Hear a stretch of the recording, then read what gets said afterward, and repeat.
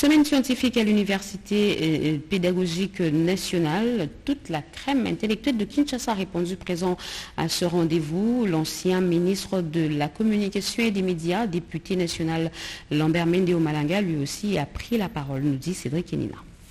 Scientifique à l'Université pédagogique nationale a vu défiler d'éminentes personnalités tant du monde politique que scientifique. Le député national Lambert Mende Omalanga a axé son intervention sur un thème d'intérêt national, la démocratie congolaise et la politique combinatoire de la Belgique à l'égard de la RDC. Là-dessus, l'exercice a consisté à établir une sorte de diachronie politique en révisitant les étapes majeures de l'exploration du fleuve Congo à nos jours. Une évolution qui met l'homme noir devant un choix, l'alternance, la servitude ou l'autarcie. Le grand problème qui s'est posé dès l'aube de l'indépendance, c'était la question de savoir s'il y avait une autre alternative à ce pays que la servitude vis-à-vis de l'ancien colonisateur ou vivre en autarcie, c'est-à-dire sans relation. Il y a beaucoup d'intellectuels qui disent on ne peut quand même pas vivre en autarcie, donc il faut s'agenouiller devant les autres.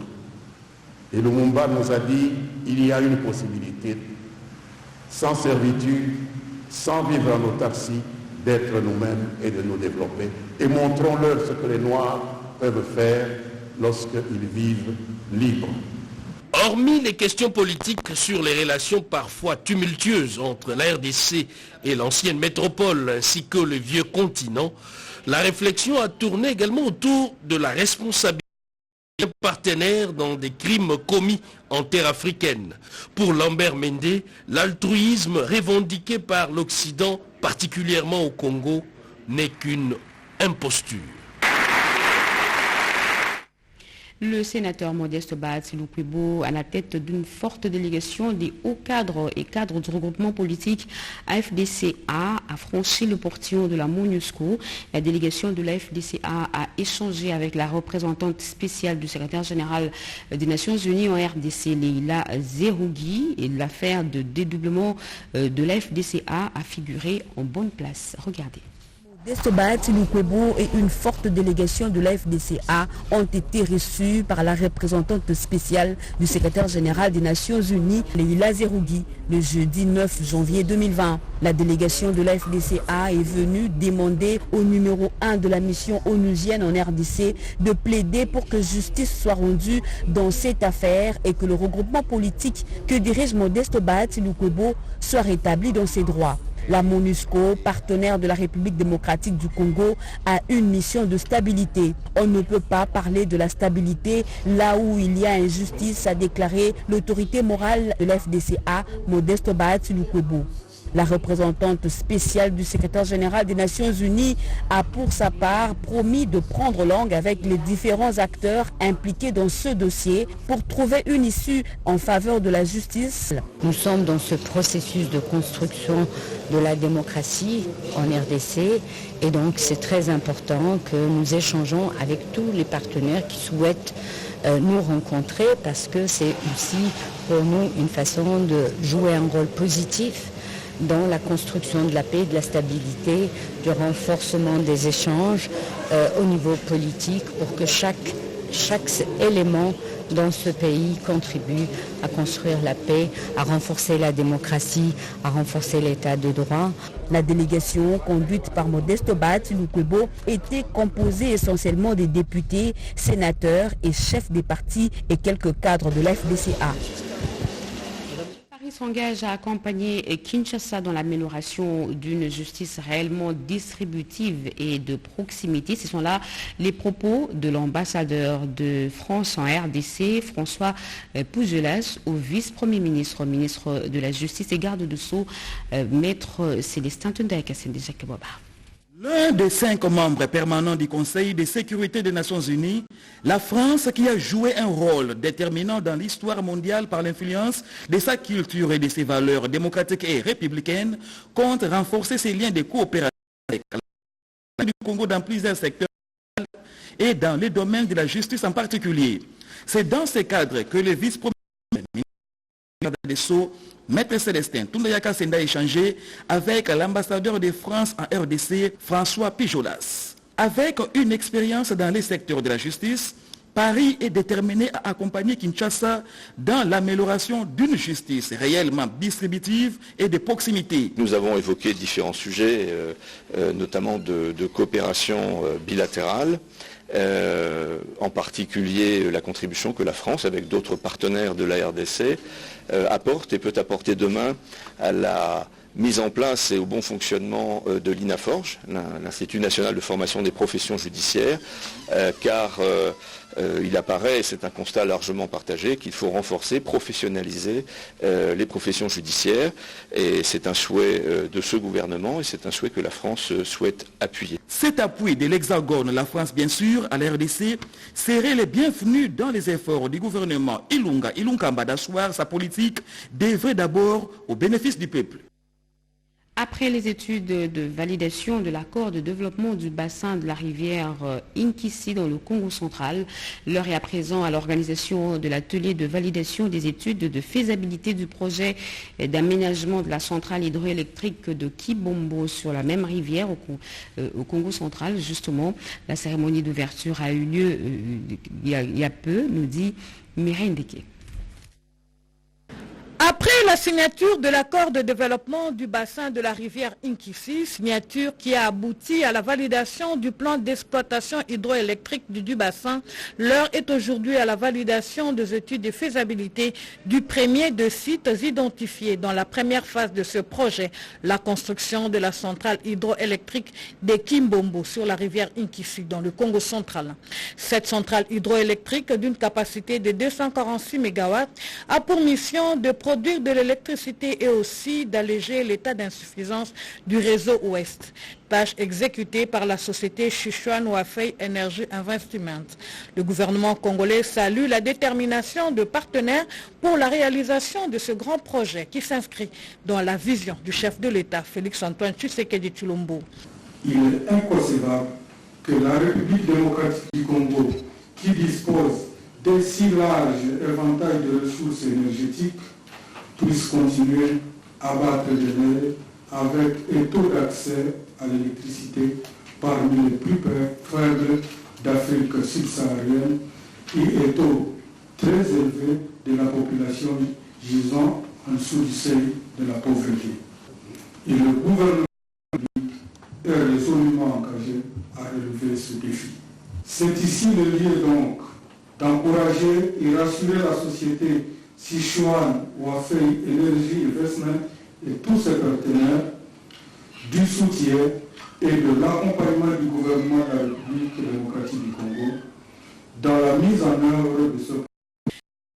Faisabilité réalisée par le bureau d'études de China Water, BIDER en sigle, permettront de lever des nouvelles options sur la bonne stratégie de développement du site et de la ressource énergétique ciblée de manière efficace et rationnelle.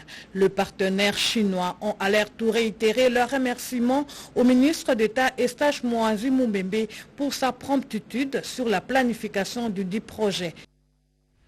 Le gouverneur du Kasaï oriental, Jean Maouija Mouteba, vient d'assister les 78 familles de retour dans la province après plusieurs mois passés au pays voisin suite au conflit de Kamouina-Sapo. Composé de 79 familles kassaïennes retournées d'Angola qui ont passé plusieurs jours devant le gouvernorat de province ont bénéficié ce mardi d'une assistance sociale du gouvernement provincial afin de regagner leurs familles d'accueil respectives. Une enveloppe a été remise à chaque famille au nom du gouverneur de province Jean-Marie Mouteba par le représentant du ministère des Affaires sociales et Actions humanitaires. Cette aide du gouvernement provincial va permettre à ces Kassaïens retournés d'Angola de se réintégrer dans la société. D'une assistance sociale, le gouvernement provincial Jean-Marie Mouteba apporte son aide aux frères et sœurs kassaïennes retournés de l'Angola pour permettre de s'intégrer dans la communauté. C'est ainsi que vous nous voyez devant vous en train de servir. Certains viennent de la frontière de Kamako où ils avaient fui les affres des milices Kamouina-Sapo pour se réfugier en Angola. Les bénéficiaires ont dit vivement merci à l'autorité provinciale pour le geste posé en leur faveur. Restons au Kasaï oriental où plusieurs questions se posent. Comment faire pour doter cette province de grandes unités énergétiques et lutter ainsi, résoudre aussi le problème de déficit dans ce coin de la République? Question au centre d'un forum qui a mis autour d'une même table les forces vives de cette province. Odilon Kayuma. Pourquoi? Parce que c'est une province en dépression. La province du Kasaï oriental, devenue la plus petite de l'ensemble des provinces de la République démocratique du Congo, fait face à plusieurs maux depuis plusieurs années. Les Kasaïens n'ont plus accès à l'eau potable, pas d'électricité et se procurer du maïs, simple aliment de base, pose problème. Les gestionnaires de la SNEL, Régie des eaux, l'AMIBA, les éminents professeurs des sciences agronomiques, les élus locaux se sont réunis dans cette salle pour un forum sur l'autosuffisance alimentaire, l'eau et l'électricité. Sur initiative du sénateur Ogi Ilunga Chivila, la crème intellectuelle veut désormais donner le meilleur d'elle-même pour que la voix du Kasaï oriental soit enfin entendue. Grâce à notre détermination à tous qui appelle à la synergie entre les forces vives de la province ainsi que la volonté de tout un chacun pour qu'ensemble notre voix soit entendu par le président de la République et chef de l'État. Les Kasaï oriental qui a vu beaucoup de ses filles et fils émigrer vers d'autres provinces à cause de la dégradation de sa situation socio-économique veut inverser cette tendance grâce à l'implication de tous. Les échanges et débats houlés se sont déroulés dans la convivialité et seront coulés sous forme des besoins urgents de la province. Mon soutien au président de la République et chef de l'État, Félix Antoine Tshisekedi Tshilombo, qui dédie l'année 2020 une année d'action, me veut le meilleur à tous.